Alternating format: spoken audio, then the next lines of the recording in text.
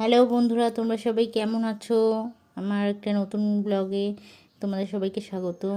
দেখো আমি আজকে রাত্রেবেলা মানে কালকে রাত্রেবেলা রান্না করেছিলাম একটু চিকেন, স্কিন সমেত চিকেন রান্না করেছিলাম। তো আলুটা ভেজে নিয়েছি। এইদিকে দেখো বন্ধুরা, কোনো বাটা মশলা আমি ইউজ করিনি। এই সব মশলা সব আমি মানে যাকে বলে গুঁড়ো মানে ছেঁচে দিয়েছিলাম সব মশলা। এই শিল নোড়াটায় দেখতেই পেলে পাশে ছিল। মশলাটা কষিয়ে নিচ্ছি আর দিয়ে দিচ্ছি হলুদ এবং লঙ্কার গুঁড়ো টুড়ো আমি কিছুই দিইনি বন্ধুরা। তো এইদিকে লেগে যাচ্ছিলো বলে একটু জল দিয়ে নিচ্ছিলাম, না হলে ভালো লাগবে না।